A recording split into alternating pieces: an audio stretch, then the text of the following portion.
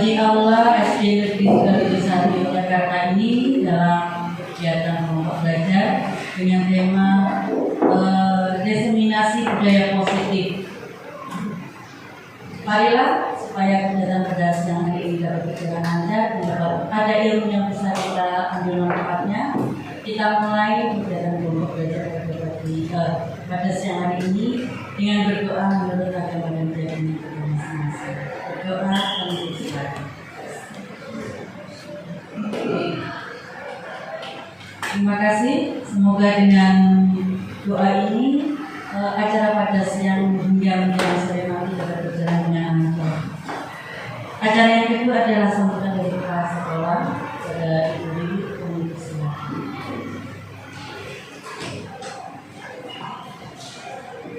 Bismillahirrahmanirrahim. Assalamualaikum warahmatullahi wabarakatuh.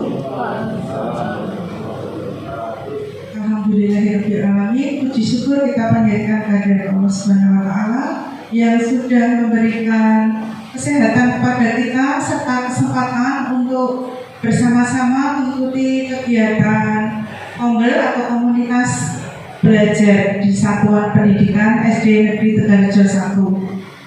Bapak Ibu, saya ucapkan selamat datang dan terima kasih kepada Bapak Ibu yang sudah kersa mengikuti kegiatan ini, juga kepada Pak Sigit dan Bu Titi yang sudah memandu atau sebagai narasumber untuk Konggel yang hari ini mengusung tema budaya positif.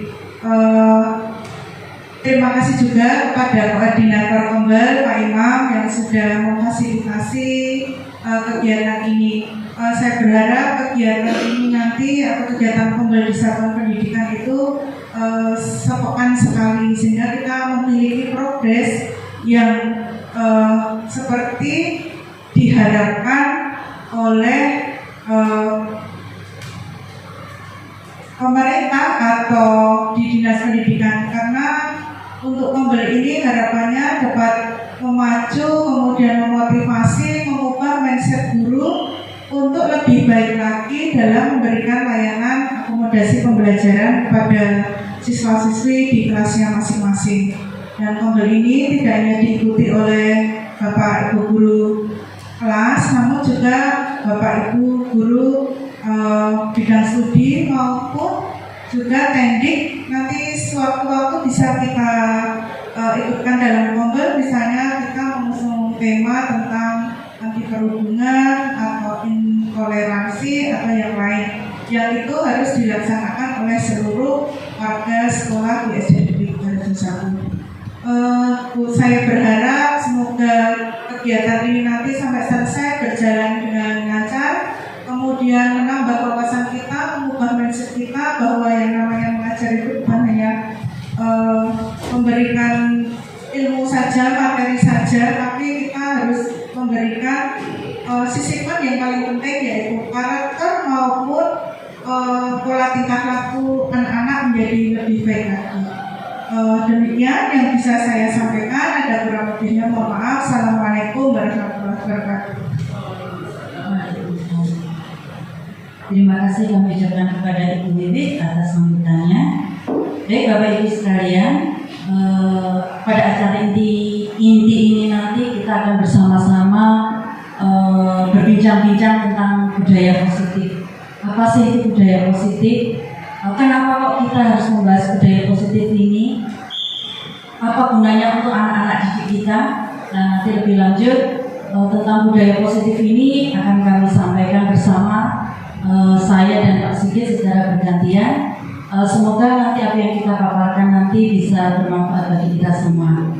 Baiklah, pemaparan materi oleh Bapak Sigit akan kami berikan pada beliau. Silakan.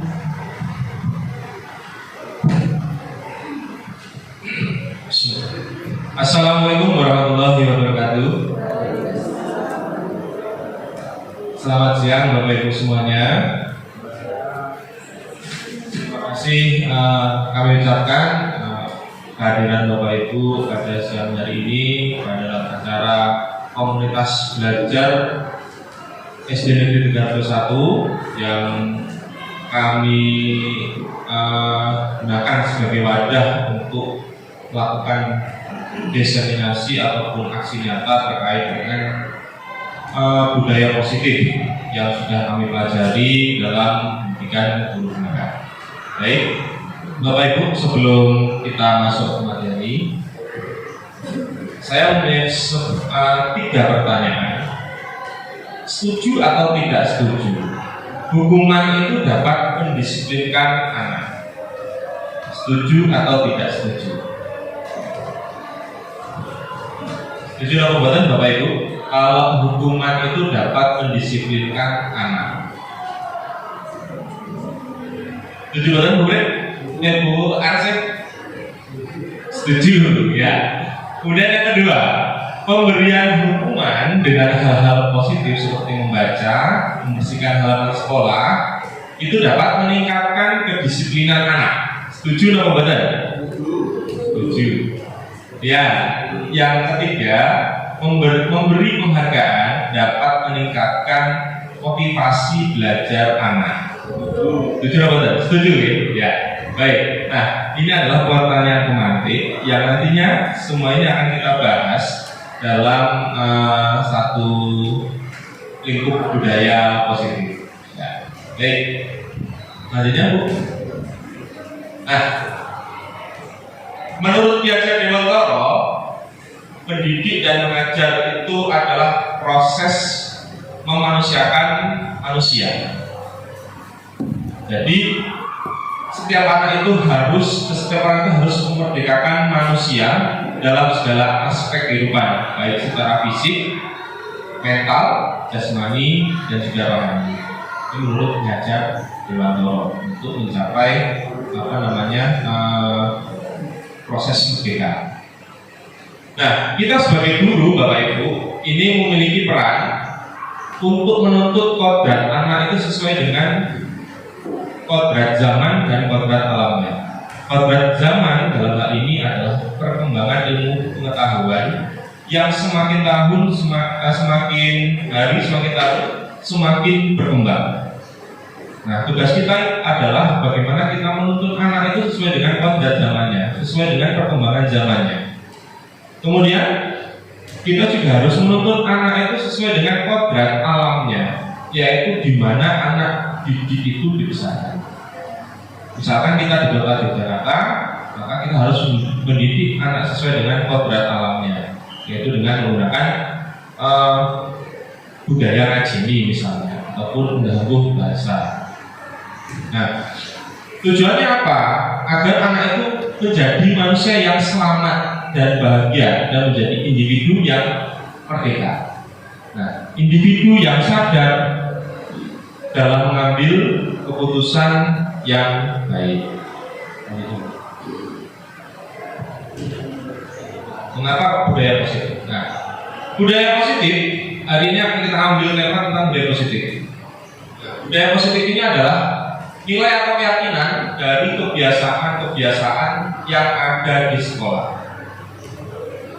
yang kita yakini sebagai guru, sebagai siswa, dan sebagai warga sekolah yang berpihak pada murid tentunya, sehingga murid ataupun peserta didik itu nanti bisa menjadi pribadi yang lebih bijaksana dan bertanggung jawab. Penerapan budaya positif di sekolah itu bisa kita awali dengan perubahan paradigma tentang teori kontrol. Kita percaya bahwa semua perilaku manusia itu pasti memiliki tujuan. Apa yang akan kita lakukan itu pasti ada tujuannya. Seperti hari ini kita berkumpul, pasti ada tujuan untuk masa yang akan datang. Bahkan sebuah kesalahan yang dilakukan oleh siapapun, oleh siswa, oleh guru ataupun yang lainnya, itu juga memiliki alasan. Nah, alasan tersebut biasanya disebut dengan pemenuhan kebutuhan dasar manusia. Mengapa kok kita mengambil tema budaya positif? Suasana positif yang ada di lingkungan sekolah itu harus mendukung terlaksananya pembelajaran yang kondusif. Suasana positif akan bisa membuat lingkungan belajar menjadi lebih menyenangkan, sehingga proses belajar dapat berjalan tanpa beban dan tekanan, melainkan keinginan dan kesadaran diri dalam peserta didik. Kemudian suasana positif itu juga akan membentuk karakter yang positif juga pada diri peserta didik, sehingga akan menjadi budaya nantinya.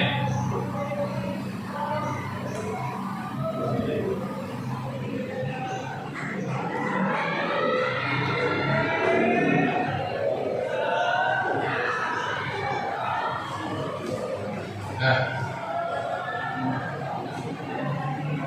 oke, baik. Tema besar kita pada hari ini adalah budaya positif. Lalu apa yang akan kita bahas sebagai sub-sub materinya nanti? Yang pertama itu adalah tentang disiplin positif dan nilai-nilai kebajikan universal. Kemudian ada teori motivasi, hubungan dan penghargaan, kemudian ada keyakinan kelas, kemudian ada kebutuhan dasar manusia, kemudian ada 5 posisi kontrol kita sebagai seorang guru, kemudian restitusi sebagai segitiga restitusi. Nah, kita akan masuk ke poin yang pertama, disiplin positif dan nilai-nilai kebajikan universal. Nah, apa sih makna kata disiplin? Kalau kita turun ke belakang dari berbagai sumber, disiplin itu berasal dari bahasa Latin, yaitu disiplina, yang artinya belajar. Nah, ini ditemukan dari berkonotasi dengan disiplinnya diri murid-muridnya Socrates dan Plato. Jadi kita berkaca pada murid-muridnya Socrates dan Plato yang sudah memiliki sikap disiplin sejak zaman dahulu. Nah, disiplin diri ini membuat orang dari potensinya menjadi sebuah tujuan apa yang dia hargai. Nah, tapi dalam budaya kita, makna kata disiplin itu telah berubah menjadi sesuatu yang dilakukan seseorang pada orang lain untuk mendapatkan kepatuhan tanpa kita sadari. Nah, kecenderungan umumnya adalah menghubungkan kata disiplin dengan ketidaknyamanan.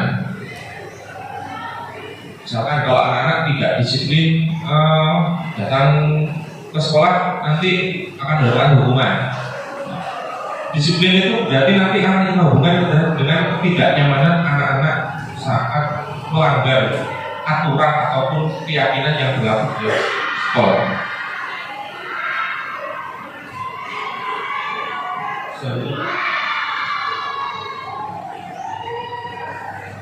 Nah, disiplin positif ini adalah pendekatan yang digunakan untuk mendidik anak melakukan kontrol diri dan pembentukan kepercayaan diri.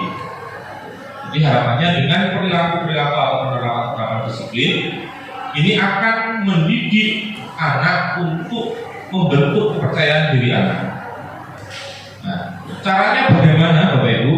Caranya yang pertama yaitu tanpa kekerasan dan tanpa ancaman, tetapi menggunakan komunikasi tentang perilaku secara efektif antara guru dan murid ataupun peserta didik. Yang kedua, peserta didik itu kita ajarkan untuk memahami konsekuensi dari perilaku mereka dan menumbuhkan rasa tanggung jawab dari diri mereka. Yang ketiga, menumbuhkan kesadaran serta memberdayakan peserta didik untuk melakukan sesuatu tanpa sokongan, ancaman ataupun hukuman. Nah, tapi makanya Bapak kita tidak boleh memberikan iming-iming kepada anak-anak. Ayo anak-anak, dikerjakan tugasnya nanti Bapak guru kasih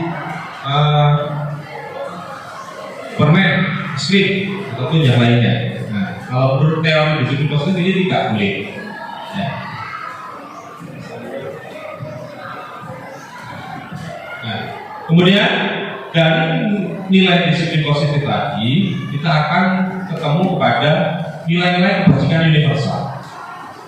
Apa itu nilai-nilai kebajikan? Ialah sifat-sifat positif manusia yang merupakan tujuan mulia yang ingin dicapai setiap individu. Nilai-nilai tersebut itu bersifat universal dan lintas bahasa, suku, bangsa, agama maupun latar belakang. Jadi tidak memandang bangsa, tidak memandang suku ataupun latar belakang. Bersifatnya universal. Dengan mengaitkan nilai-nilai kebajikan yang diyakini seseorang, maka motivasi intrinsiknya akan terbangun, sehingga akan menggerakkan motivasi dari dalam untuk mencapai tujuan mulia yang diinginkan. Ini pendapat dari Gianni Dosen tahun 1998. Apa yang kita capai dari penerapan disiplin positif di sekolah kita? Tentunya adalah nilai-nilai kebajikan yang kita ketahui semuanya, yaitu adalah nilai-nilai profil pelajar Pancasila. Harapan kita nanti dengan melakukan disiplin positif, nilai-nilai profil Pancasila pada anak akan muncul.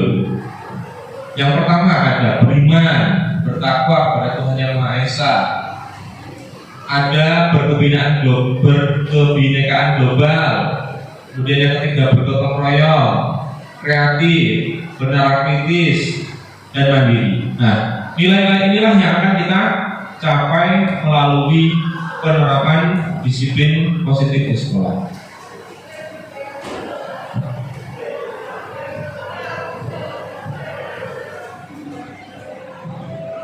Seseorang melakukan tindakan disiplin itu pasti memiliki motivasi. Karena kita akan masuk kepada teori motivasi, hukuman, dan penghargaan. Seseorang itu melakukan sesuatu hal pasti ada ada motivasinya. Di sini ada 3 jenis motivasi. Ada motivasi eksternal, motivasi internal, eksternal, kemudian dan motivasi internal. Nah, kita yang mana? Yang pertama, seorang itu melakukan sesuatu itu memiliki motivasi untuk menghindari ketidaknyamanan ataupun hukuman. Biasanya apa ya yang akan terjadi kalau saya tidak memakai seragam hari ini? Itu nanti akan menuju ketidaknyamanan ataupun hukuman. Jadi ada rasa takut. Kemudian yang kedua, motivasi perilaku manusia itu untuk mendapatkan imbalan dari orang lain ataupun institusi. Ada seseorang yang sengaja melakukan sesuatu dengan tujuan untuk mendapatkan imbalan ataupun penghargaan. Kemudian yang ketiga, untuk menghargai diri sendiri. Nah, pada kesempatan ini yang akan kita capai, bahwa motivasi seseorang untuk melakukan sesuatu itu adalah untuk menghargai diri sendiri. Saya akan menjadi orang yang seperti apa bila saya melakukannya. Ini adalah motivasi internal sebagai tujuan dari disiplin positif.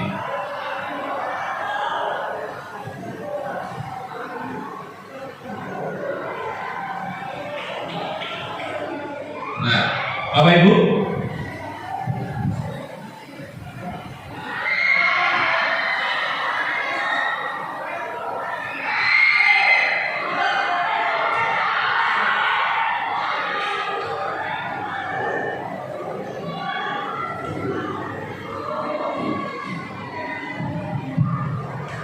kita tahu Bapak Ibu bahwa hukuman dan penghargaan kita tahu bahwa penghargaan itu berlaku sama dengan hukuman. Dalam artian meminta atau membujuk seseorang melakukan sesuatu untuk memenuhi suatu tujuan tertentu dari orang yang meminta atau membujuk.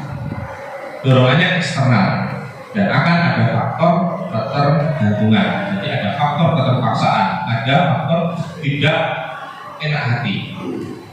Sebelum kita membahas lebih mendalam tentang penerapan restitusi, kita perlu bertanya dahulu, adakah perbedaan antara hukuman dan konsekuensi? Bila sama, di mana letak samanya? Dan apabila berbeda, bagaimana perbedaannya? Nah, setelah ini Bapak Ibu akan diberikan suatu gambaran perbedaan antara hukuman, konsekuensi, dan restitusi itu sendiri.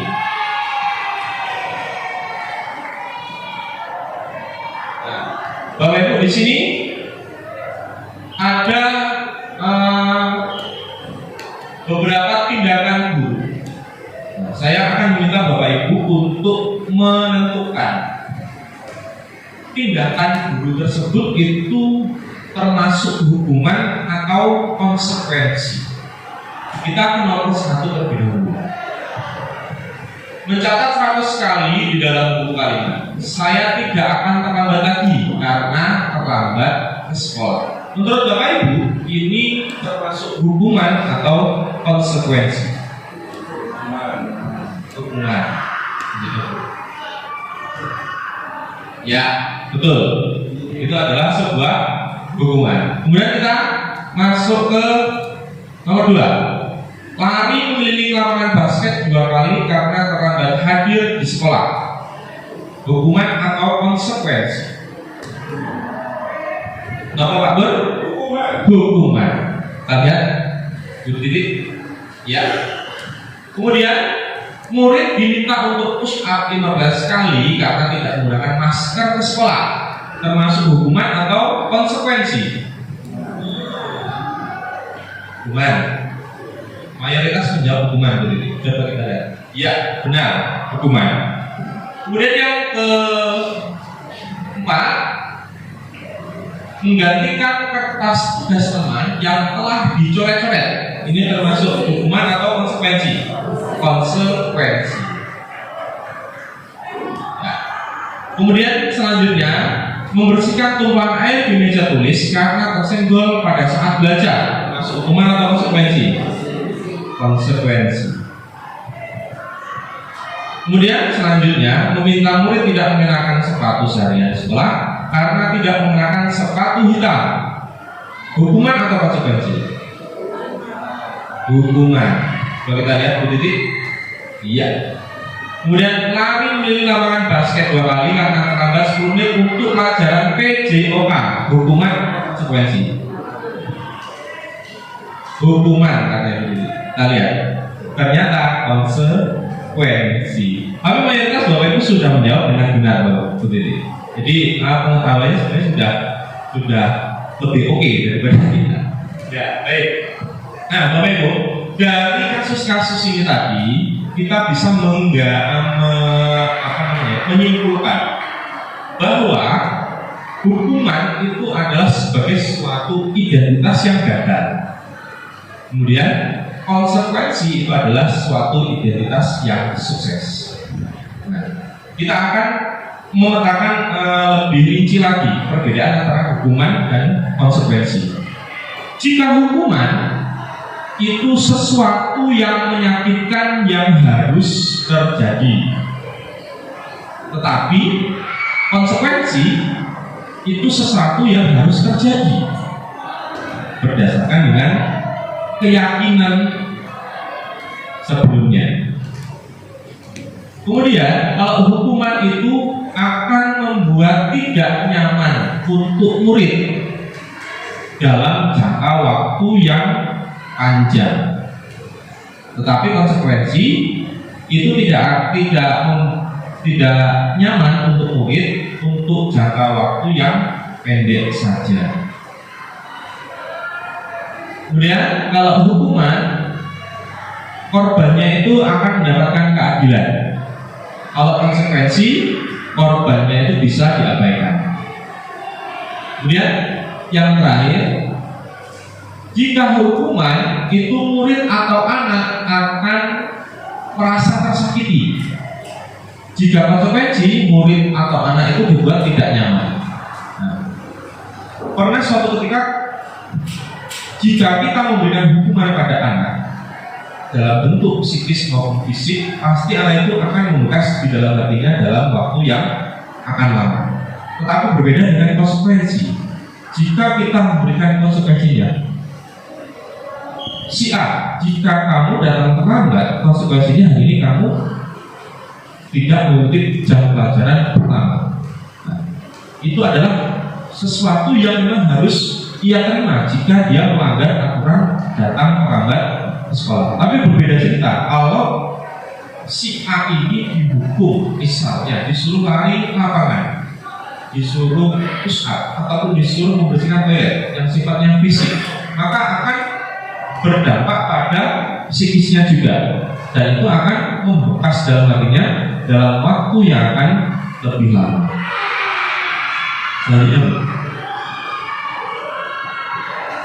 nah, dari pengertian-pengertian tadi bisa kita simpulkan bahwa hukuman itu bersifat tiba-tiba ataupun tidak terencana, yang datang ataupun yang timbul secara spontan dari diri seorang guru. Murid itu tidak akan tahu kapan dia akan menerima hukuman. Dia tidak akan memprediksi. Nah, hukuman itu juga akan bersifat satu arah tanpa adanya negosiasi antara guru dan murid. Jadi hanya satu arah. Ketika pihak guru memberikan hukuman, maka muridnya pasti akan menerimanya tanpa adanya kesepakatan terlebih dahulu. Nah, hukuman yang diberikan bisa berupa fisik maupun psikis. Murid atau anak itu pasti nanti akan disakiti oleh suatu perbuatan ataupun kata-kata yang keluar dari guru tersebut. Nah, sementara disiplin dalam bentuk konsekuensi itu lebih terencana, sudah tertata, ataupun sudah disepakati antara guru dan murid. Kemudian ketika kita menerapkan disiplin dalam bentuk konsekuensi, itu sudah dibahas bersama dengan anak-anak dan sudah disetujui oleh murid bersama dengan guru.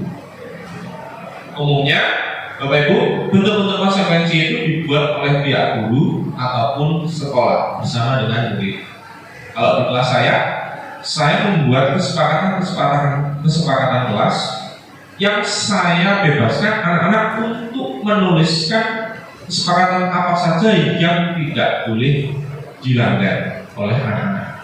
Jadi kami rangkum kesepakatan itu, kami kumpulkan, maka akan membentuk kesepakatan kelas yang harus disetujui dan dilaksanakan oleh warga kelas. Dan apabila anak-anak melanggarnya, maka anak-anak akan menerima konsekuensinya dalam bentuk menunjukkan bakatnya. Kalau di kelas saya seperti itu. Misalkan ada yang suka menyanyi, maka dia harus menyanyi ketika melanggar keyakinan tersebut. Nah, pada konsekuensi ini, murid itu kita buat tidak nyaman dalam waktu yang pendek. Jadi hanya pada saat itu saja.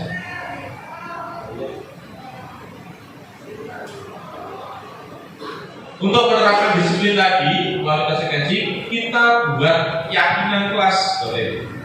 Mengapa kok tidak peraturan saja? Mengapa harus keyakinan kelas? Karena keyakinan ini merupakan nilai-nilai kebajikan universal yang disepakati secara bersama-sama, lepas dari latar belakang suku, bangsa, ras maupun agama. Jadi kita tidak pandang bulu. Satu kelas ada berbagai macam suku, berbagai macam agama. Kita membuat satu keyakinan, itu juga kita harus disepakati secara bersama. Tidak hanya untuk satu golongan, misalnya golongan A, suku A, agama A, tidak. Tetapi untuk semuanya dan harus dilaksanakan oleh semua warga kelas. Nah, untuk mendukung motivasi intrinsik, kembalikan kepada nilai-nilai ataupun keyakinan-keyakinan, karena lebih akan menggerakkan seseorang dibandingkan mengikuti serangkaian peraturan-peraturan. Jadi kita percaya bahwa keyakinan ini itu akan lebih menggerakkan dalam hal ini peserta didik untuk mentaati ataupun melaksanakan keyakinan kelas yang sudah dibuat daripada peraturan-peraturan yang sifatnya kalimat perintah.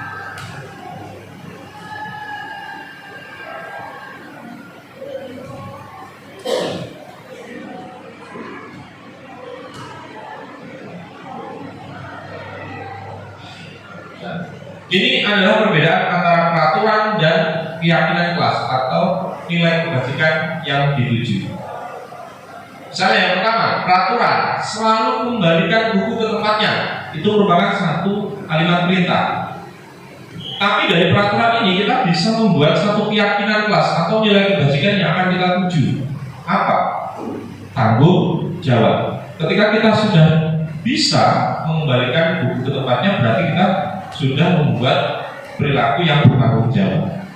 Kemudian jika peraturan kalimatnya dilarang mengganggu orang lain, itu merupakan kalimat perintah, maka kita kemas dengan keyakinan kelas dengan kalimat yang lebih positif. Contohnya, menghormati orang lain dan diri sendiri. Kemudian yang selanjutnya, hadir di sekolah 15 menit sebelum pembelajaran dimulai. Jika kita buat keyakinan kelasnya dengan menggunakan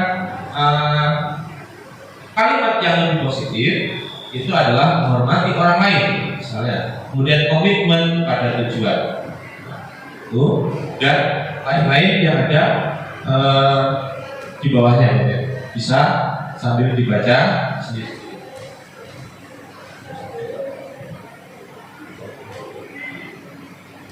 Kemudian ini adalah ciri-ciri keyakinan kelas. Keyakinan kelas itu lebih bersifat abstrak. Kemudian yang kedua, berupa pernyataan universal yang dibuat dalam bentuk kalimat positif. Jadi kalimatnya lebih positif daripada peraturan. Jika peraturan adalah kalimat perintah, maka kalau keyakinan kelas itu kalimatnya lebih positif. Kemudian yang ketiga, tidak dalam jumlah yang banyak sehingga mudah diingat murid. Jadi kita rangkum jadi satu. Misalnya, nilai keyakinan kelas bertanggung jawab itu akan sudah mencakup semua hal yang sifatnya bertanggung jawab. Kemudian yang kelima, dibuat melibatkan pada kelas melalui curah pendapat, melalui diskusi, ataupun melalui berbagai macam cara. Misalnya menuliskan papan tulis ataupun menuliskan di secara kertas, lalu kita kumpulkan dan kita jadikan keyakinan kelas. Kemudian ciri-ciri yang keenam yaitu dapat ditinjau ulang dari waktu ke waktu. Jadi sifatnya kontinu, selalu akan bisa kita lihat dari masa ke masa. Nah, harapannya apa? Ketika peraturan kelas kita ubah menjadi keyakinan kelas, ini akan berdampak pada lingkungan yang lebih positif. Ketika lingkungan sudah positif, maka budaya yang ada di sekolah itu juga akan lebih positif. Jadi arahnya itu nanti akan menyeluruh ataupun lebih global. Baik, Bapak Ibu, pemaparan materi dari saya. Selanjutnya nanti akan dilanjutkan oleh Ibu Titi. Baik, Bapak Ibu, mari kita lanjutkan materi pada saat ini. Ketika tadi sudah disampaikan oleh Pak Sigit bahwasanya dari peraturan kelas kelas, kita kemudian menjadi keyakinan kelas, dan itu bisa menjadi budaya positif yang ada di sekolah kita. Sekarang timbul pertanyaan, apa yang Bapak Ibu guru lakukan jika ada siswa yang berbuat salah atau tidak tertib di kelas? Monggo dari Bapak Ibu. Nah, ini Pak Pur.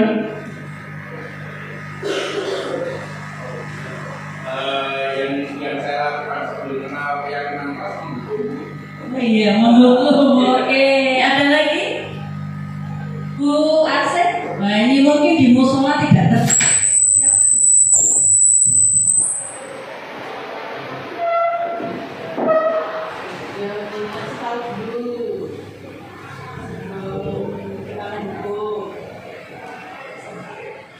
tapi ya ini mendukung.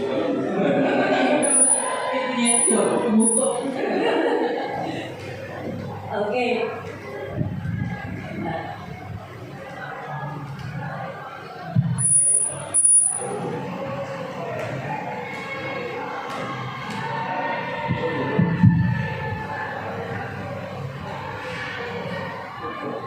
Oke, kalau tadi Pak Pur itu langsung menghukum, nah ini Bu Akse ini lebih manusiawi lagi. Tanya dulu, ngapain sih? Kenapa kok kamu itu berbuat salah? Kok rame terus di musola? Kok tidak tertib? Nah ini, kenapa pakai sepatu hitam? Nah itu ternyata lebih manusiawi gitu ya Bu ya. Nah Bapak Ibu sekalian, ternyata seperti yang tadi disampaikan oleh Pak Sigit, bahwasanya kita itu seseorang itu melakukan sesuatu itu pasti ada alasannya. Lalu apa ini alasannya? Tolong Pak Sigit. Nah ini ternyata seseorang itu melakukan apa yang dia kerjakan itu berdasarkan atas kebutuhannya. Ada 5 dasar kebutuhan manusia, yaitu bertahan hidup, kasih sayang dan rasa diterima, kekuasaan atau penguasaan, kebebasan dan kesenangan. Apa ini? Ya, kebutuhan bertahan hidup semuanya pasti tahu. Manusia itu hidup pasti membutuhkan makan, minum, kemudian juga kesehatan, rumah, supaya apa? Supaya mereka bertahan hidup. Kebutuhan kasih sayang dan rasa diterima, yaitu adalah menerima dan memberi kasih sayang.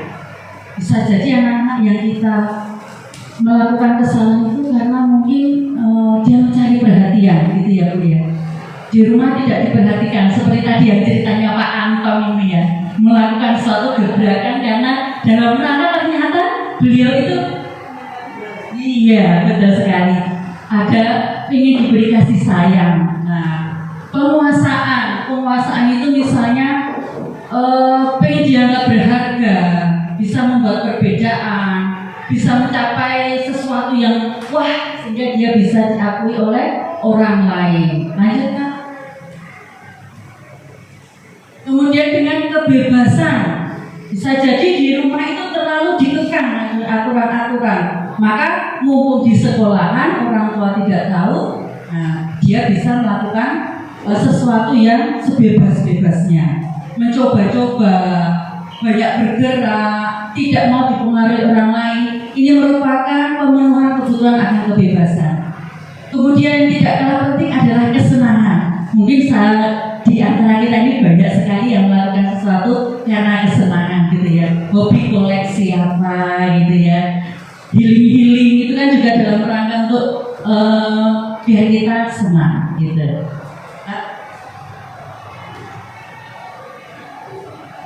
Nah, kaitannya dengan tadi pertanyaan yang awal tadi, apa yang kita lakukan ketika ada anak yang berbuat salah? Ini ada 5 posisi kontrol seorang guru.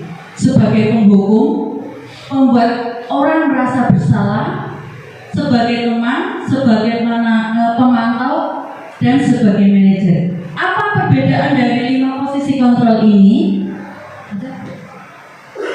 Nah, kita lihat video dulu.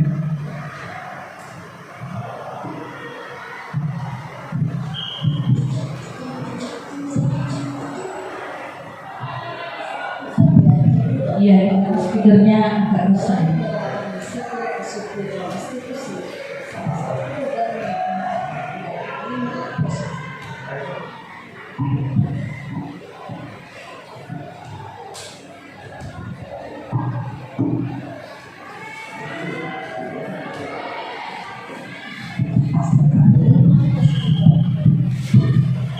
Gaya dosen dan contoh pengalaman.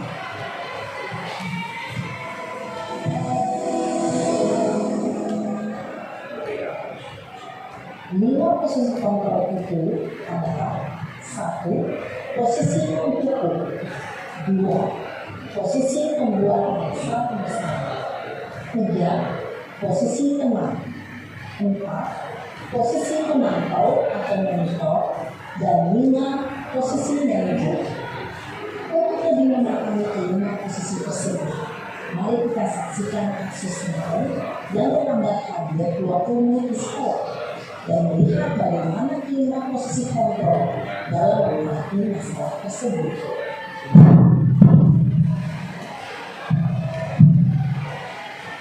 Ya, ini adalah posisi pendukung.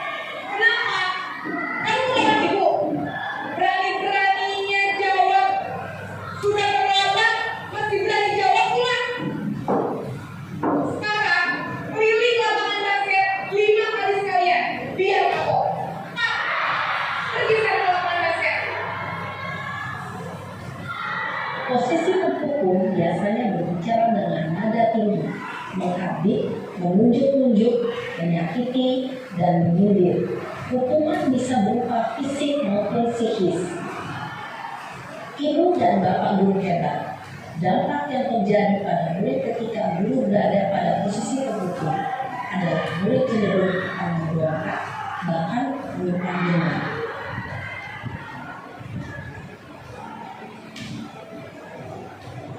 Ya, posisi kedua, membuat merasa bersalah.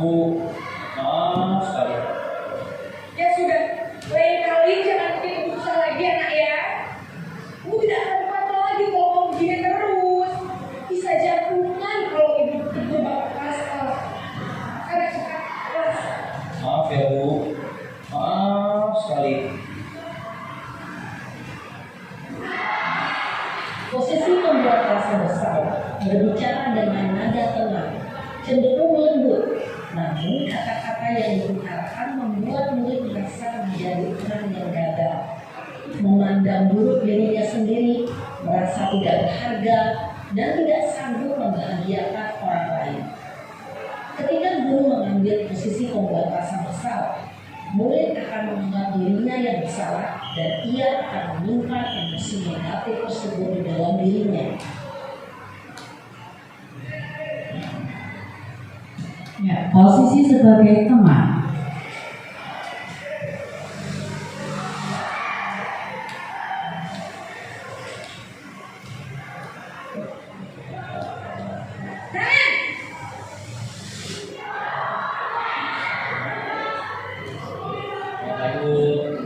Wah, sudah jam berapa ini nak? Lambat lagi ya saya. Iya Bu, habis ibu saya lupa bawakan saya Bu. Kamu malah menyalahkan ibu kamu. Kamu bukannya anak yang paling kencang. Kok terlambat sih? Iya Bu, saya memang tambah balon tadi, jadi biar usaha lagi kencang, tetap beresin jar Bu. Ya sudah sana. Nanti lain kali larinya lebih kencang lagi ya. Biar gak terlambat lagi. Bikin senang ibu demi ibu. Bisa kan? Bisa lah Bu. Ya sudah sana masuk kelas. Ibu beresin urusan absen kamu. Kamu ini ada-ada saja. Dalam posisi teman, guru berbicara dengan nada suara ramah, cenderung bersenda gurau untuk menjaga suasana tetap santai. Murid akan merasa senang, aman, dan akrab dengan guru. Identitas yang tercipta adalah identitas sukses atau berhasil. Namun, perlu diingat, karena ini masih dorongan eksternal, maka ada faktor ketergantungan dari murid kepada orang tertentu. Di sini, guru aksennya, sehingga di lain waktu, murid bisa berperilaku baik, namun hanya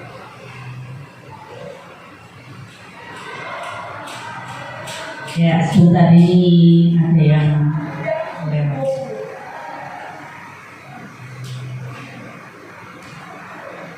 karena ini masih dorongan eksternal, maka ada faktor ketergantungan dari murid kepada orang tertentu.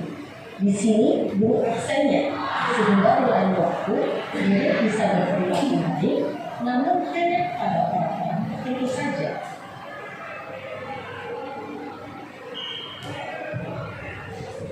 Posisi pemantau atau monitor.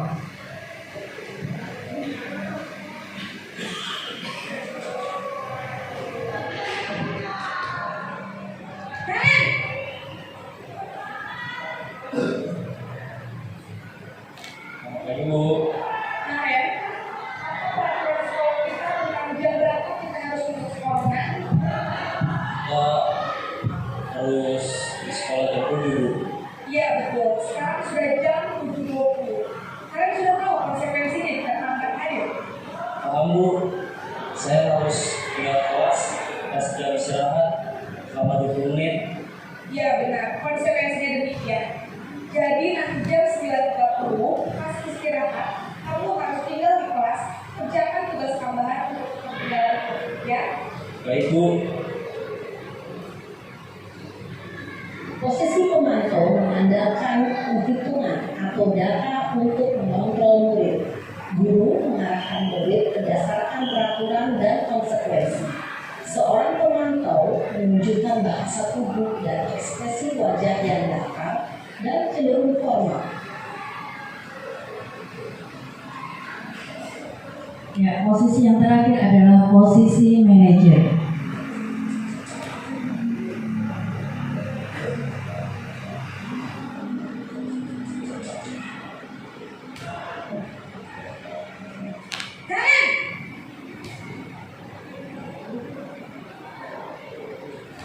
Lagi Bu. Selamat pagi ya. Maaf Bu, saya terlambat. Iya, sekolah masuknya jam 7, sekarang sudah jam 7.20. Jadi sekarang bagaimana ini, Pak? Maaf Bu, saya lupa soal tes semalam.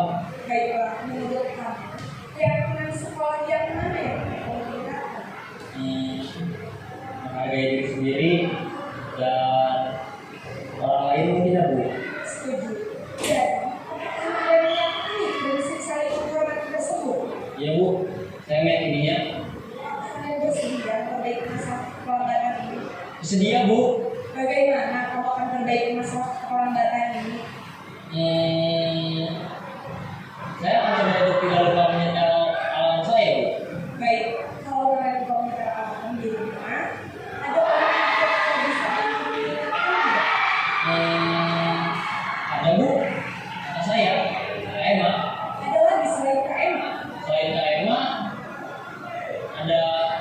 ibu saya. Baik, jadi yang ada ada ya. Kira-kira mulai saya awal Anda. Setelah pulang sekolah akan segera saya lakukan. Baik, jadi Naret akan saya alami untuk bangun besok pagi dan akan diingatkan oleh kakak dan bunda Naret. Ada lagi yang perlu dilakukan ya, agar tidak terlambat bangun lagi. Ya ada Bu. Baik, ya. Terima kasih untuk kerjasama kamu. Sekarang kamu kembali ke belajar. Baik Bu, terima kasih. Posisi manajer adalah posisi kontrol yang disarankan untuk membimbing murid memiliki sikap disiplin yang positif, yaitu murid yang berani, bertanggung jawab, dan dapat memecahkan masalah. Tujuan dari posisi ini adalah agar murid dapat berefleksi atas tindakannya. Guru akan lebih tulus memberikan pertanyaan-pertanyaan bermakna, sehingga membuat murid dapat belajar dari kesalahannya dan mencari sebuah solusi untuk menyelesaikannya. Ibu dan bapak guru hebat, setelah mengamati ada Iya, tadi ada 5 posisi guru. Nah, apa saja tadi Pak Ibu? 1, yang pertama penghukum. 2, ya, membuat rasa bersalah. 3, sebagai teman. 4, memantau. 5, manajer. Oke, tadi sudah dikasih contohnya ya bagaimana posisi guru itu sebagai penghukum, sebagai teman, sudah ada kalimat-kalimatnya. Nah, sekarang mari kita coba. Apakah pemahaman kita sudah benar tentang posisi guru? Pernyataan ini, sebentar. Saya kecewa sekali dengan kamu. Kira-kira ini posisi dalam posisi guru sebagai apa ini?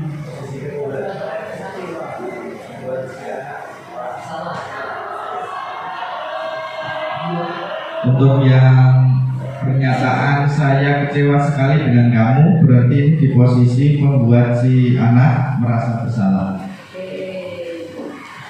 Coba Pak, apakah betul?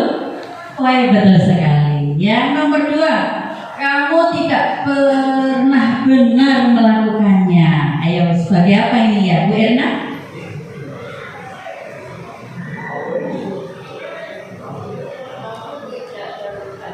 Tidak pernah benar melakukannya. Itu posisi yang pertama, penghukum. Penghukum, apakah betul Pak? Oke, yang ketiga, ayolah lakukan demi ibu bapak. Ayo, ini biasanya sebagai apa ini ya? Sebagai apa Pak? Sebagai teman. Oke, coba Pak. Wah, betul sekali. Yang nomor 4, apakah kamu mau mendapatkan stiker bintang hari ini? Yo, siapa ini yang biasanya berbicara seperti ini? Iya, guru kelas. Posisinya sebagai apa? Bu Septi? Ayo. Nah, ini guru olahraga juga pasti sering memberi penghargaan. Teman, sebagai teman, coba Pak. Oh, sebagai pemantau.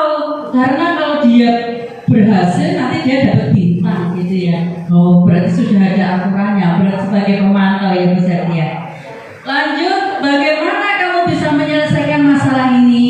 Kira-kira sebagai apa ini ya?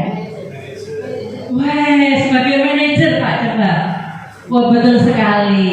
Nah, ini yang terakhir ini. Kamu selalu yang paling terakhir. Bagaimana Pak Imam? Sama dengan yang paling atas, mungkin membuat orang merasa bersalah.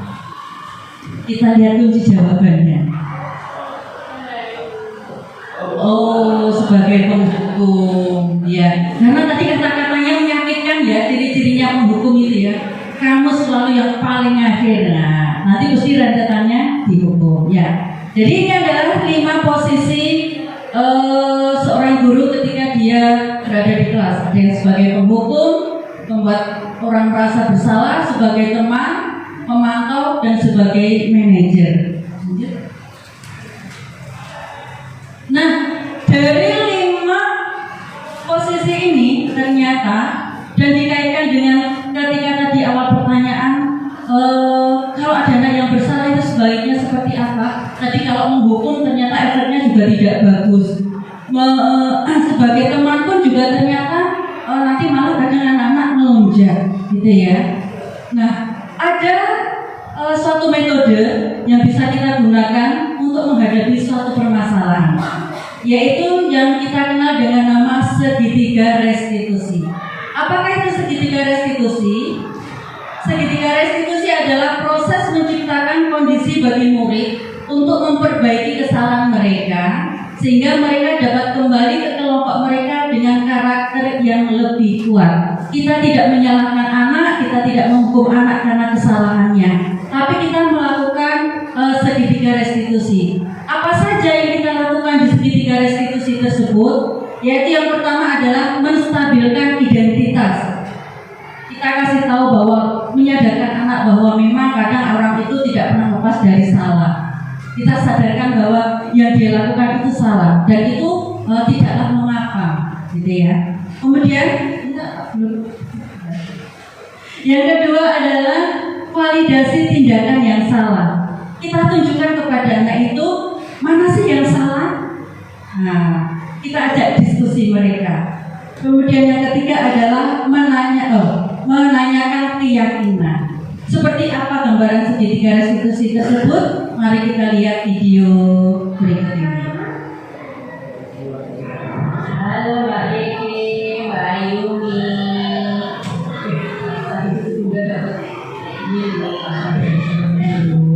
Katanya Mbak Yeki sama Mbak Ayumi tentang klien ya.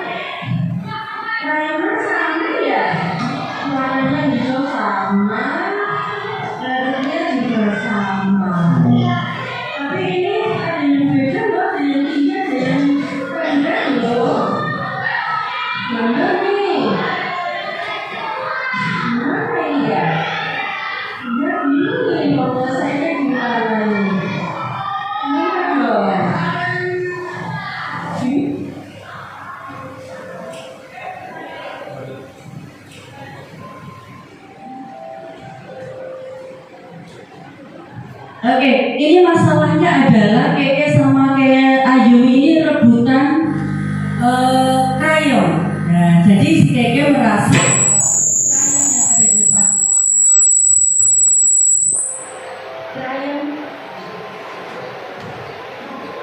bahwa krayon yang dia pegang itu adalah miliknya. Nah, bagaimana kita menyelesaikan masalah ini? Yang pertama, kita ajak berdiskusi identitas kesalahannya. Kita katakan kepada anak-anak bahwasanya kadang kita memang suka ketukar-tukar barangnya. Nah, maka apa yang harus kita lakukan? Maka kita harus mencari solusi dari permasalahan tersebut. Yang kedua adalah validasi tindakan. Kita tunjukkan kepada anak-anak apa sih, kenapa kok dia melakukan itu, kenapa kok dia bisa menukar-nukar krayonnya. Tadi Kekenya mengatakan bahwasanya ya ini memang punyaku. Si Ayumi pun tidak mau kalah. Ini juga punyaku, yakin sekali ini adalah punyaku. Kemudian tahapan yang ketiga adalah menanyakan keyakinan. Karena sama-sama tidak bisa ditemukan penyelesaiannya seperti apa, guru juga tidak tahu, di situ tidak ada nama pemiliknya, maka kita ingatkan pada keyakinan kelas. Bahwasanya keyakinan kelas kita apa tentang meminjam barang dari orang lain, antara lain mengembalikan setelah selesai. Tetap tidak bisa menyelesaikan masalah tersebut, maka kita bisa menghadirkan keyakinan kelas yang lain. Misalnya apa? Kalau bicara harus seperti apa? Oh, bicara harus jujur Bu, kalau berkata nggak boleh bohong. Maka dari keyakinan kelas jujur ini kita bisa mengambil penyelesaian masalah tersebut, yaitu ternyata si Keke ini adalah mengambil krayonnya milik Ayumi. Maka setelah kita meminta anak untuk berperilaku jujur, Keke ini kemudian mengembalikan krayonnya itu. Kita tanya kenapa kok dikembalikan? Karena ini bukan punyaku. Berarti di situ sudah muncul keyakinan pada anak bahwa saya memang harus jujur, seperti itu. Kemudian langkah apa selanjutnya kalau sudah dikembalikan? Cukupkah hanya sampai dikembalikan saja? Ternyata si Keke ini menjawab, saya harus minta maaf, Bu. Loh, kenapa kok minta maaf? Karena saya sudah salah. Nah, si Ayumi, si penderita itu, kita tanya, kamu mau nggak memaafkan kesalahannya si Keke? Ayumi pun mengatakan, saya mau. Nah, dari segitiga restitusi ini, ternyata kita bisa menyelesaikan permasalahan tanpa harus menghukum anak, tanpa harus menyudutkan satu dan yang lainnya. Si Keke pun tidak merasa disalahkan. Oh, aku disalahkan sama Bunda Titik ini ya, gara-garanya ini. Nah, gara-gara ngambil krayonnya si Ayumi. Tidak seperti itu. Tapi kita ajak pelan-pelan untuk menyelesaikan masalahnya. Demikian pula dengan si Ayumi, dia yang merasa krayonnya itu diambil, dia bisa menerima krayonnya kembali tanpa harus banyak drama karena kesadaran dari dua anak tersebut. Jadi Bapak Ibu, begitulah tahapan restitusi. Dari kesalahan-kesalahan anak-anak ini ternyata bisa kita selesaikan tanpa harus ada hukuman, kemudian tanpa harus merasa anak berbuat salah, seperti itu. Baik, mungkin itu adalah paparan dari kami tentang budaya positif. Kami berharap dengan adanya pemaparan ini kita bisa menciptakan budaya-budaya positif di sekolah kita, sehingga sekolah kita ini bisa menjadi aman dan nyaman bagi keberlangsungan pembelajaran siswa-siswa kita. Oke, untuk sesi berikutnya adalah sesi pertanyaan. Barangkali dari Bapak dan Ibu ada yang ingin ditanyakan. Mungkin ada 1 atau 2 pertanyaan ya Pak ya. Mau bersilakan? Ya, monggo Bu Irna. Jadi ini saya mau tanya, kalau saya terdiri dari siswa-siswa yang beragam ya, mulai dari yang pandai hingga yang kurang pandai. Jika ada siswa yang tidak tertib, biasanya saya sering memberi hukuman. Apakah posisi kontrol penghukum tersebut tepat? Karena nyatanya dengan hukuman tersebut membuat siswa menjadi tertib. Terima kasih. Iya, memang ya kalau nggak dihukum tuh anak-anak cenderungnya nggak bisa tertib ya. Nah, wis pokoknya Haji Pamungkas dihukum gitu aja. Mungkin satu lagi, ya sekali. Monggo. Oh ya, Pak Karjana.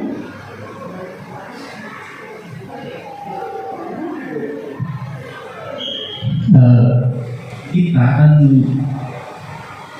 kelas, apakah untuk penyusunan keyakinan kelas ini, kalau saya berpendapat itu harusnya berlanjut. Tapi kadang-kadang guru kelas berikutnya atau guru kelas sebelumnya punya karakter yang berbeda-beda, jadi punya trik yang berbeda-beda. Bagaimana cara supaya nanti di kelas berikutnya keyakinan kelas yang sudah dibawa ini tetap terjaga? Terima kasih Pak. Sikit mau menjawab yang mana? Ya, baik, terima kasih. Jawab pertanyaannya dari Pak Parti. Kita jawab dari Pak Parti aja. Mari. Baik, Pak Parti. Mungkin kita sebagai pendidik di mana kita satu atap, satu instansi, mungkin kita harus menyamakan visi terlebih dahulu. Mau ke arah mana kita akan membawa anak-anak kita? Mau ke arah tuntunan yang mana kita akan membawa anak-anak kita nantinya? Nah, dengan keyakinan kelas ini nanti harapannya bahwa anak itu akan bisa memiliki sikap tanggung jawab. Nilai-nilai yang sudah didapat di kelas sebelumnya itu memang harus dilanjutkan di kelas yang berikutnya. Maka kita perlu persamaan persepsi ataupun persamaan visi antara satu guru dan guru yang lainnya. dan juga kesepakatan kita bersama. Nah, maka Bapak Ibu dalam kesempatan yang baik ini, bagaimana jika kita sependapat bahwa keyakinan kelas itu perlu kita bentuk, perlu kita terapkan, sehingga semua kelas itu nanti akan menerapkan keyakinan kelasnya masing-masing. Saya percaya bahwa Bapak Ibu semua itu memiliki trik masing-masing, memiliki hal-hal yang ingin memang dilakukan oleh anak sebagai sesuatu yang positif. Tetapi bahwa nilai-nilai keyakinan kelas itu bisa saja berbeda, tetapi maknanya sama, ataupun bisa saja bahasanya berbeda, maknanya sama. Jadi harapan saya, mulai hari ini kita samakan persepsi, kita samakan pendapat bahwa keyakinan kelas itu penting untuk kelas-kelas kita, tidak hanya di kelas saya, tapi juga di kelas-kelas yang lain. Mungkin itu jawaban dari saya, Pak Farsi. Iya, terima kasih. Siap ya, Pak Farsi. Untuk yang pertanyaannya Bunda Erna, apakah posisi kontrol sebagai penghukum itu tepat? Karena nyatanya kalau nggak dihukum nggak tertib gitu ya Bunda Erna. Kembali lagi ke kita melihat apa yang namanya ya, latar belakang anak melakukan kesalahan. Nah, kita melakukan menghadapi anak yang melakukan salah itu terlebih dahulu kita sadarkan anak tersebut ya Bunda ya. Kenapa? Yang kamu lakukan itu salah. Nah, kenapa kok kamu melakukan itu? Kita cari tahu. Karena tadi ada 5 kebutuhan yang mau dia capai. Entah itu mungkin mau minta perhatiannya Bunda Erna, atau mungkin bentuk protesnya dari rumah seperti itu. Setelah tahu alasan dia melakukan sesuatu, kemudian kita tanyakan keyakinan kelasnya, mana yang kamu langgar? Misalnya kok dia tidak tertib, jujur jalan-jalan terus seperti itu ya. Keyakinan kelas mana yang kamu langgar? Oh, katanya harus tertib Bu. Nah, kalau harus tertib, seperti apa yang tertib itu? Tertib itu ganggu temannya, misalnya seperti itu. Terus yang kamu lakukan bagaimana? Yang saya lakukan jalan-jalan Bu. Betul atau salah? Salah. Kalau salah harusnya seperti apa? Kita gali anak itu sehingga akhirnya anak tersebut bisa menemukan perbuatan yang seharusnya dia lakukan. Kenapa kok sampai dia menemukan perbuatan yang harus dia lakukan? Karena berarti anak itu sudah menemukan motivasi intrinsik untuk melakukan sesuatu, dan itu akan melekat lebih lama dibandingkan dengan kita yang setiap saat harus senantiasa memberikan hukuman. Jadi lebih tepatnya lagi, posisi kita sebagai guru itu bukan sebagai penghukum, tapi ada sebagai apa Bapak Ibu? Sebagai manajer. Ya, memang untuk mencapai ke posisi sebagai manajer itu perlu langkah ya, tidak seperti membalikan telapak tangan yang sekali ada ide kemudian bisa dilaksanakan. Memang perlu perjalanan yang harus kita istiqomahi. Mungkin itu Bu Erna ya? Iya, terima kasih. Oke Bapak Ibu sekalian, karena waktu jualan pertemuan ini harus kita akhiri ya. Nah, tapi semoga yang sedikit ini dari kami ini bisa bermanfaat bagi kita semua untuk bersama-sama menumbuhkan budaya positif di sekolahan kita, sehingga kita bisa menciptakan sekolah yang nyaman, aman bagi keberlangsungan anak-anak didik kita dalam belajar. Ada teman dari Pak Sigit? Baik, dari saya dan Pak Sigit ada banyak kurangnya, mohon maaf yang sebesar-besarnya. Mari kita akhiri pertemuan pada siang hari ini dengan berdoa menurut agama dan keyakinan kita masing-masing. Berdoa, kami persilakan. Ya, sekali lagi terima kasih kami ucapkan kepada Bapak Ibu semua atas kehadirannya. Mohon maaf atas segala kekurangannya. Assalamualaikum warahmatullahi wabarakatuh.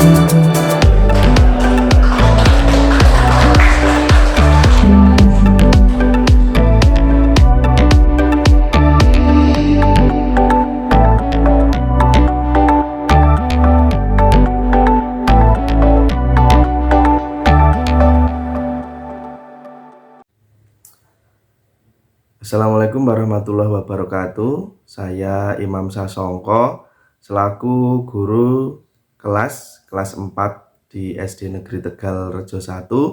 Tanggapan saya mengenai kegiatan presentasi tentang budaya positif yang dilaksanakan Pak Sigit dan juga Bu Titi. Dari saya sangat bermanfaat sekali dan juga membukakan pemikiran kita. Ternyata hukuman dan juga peraturan-peraturan ataupun reward atau penghargaan itu kurang tepat.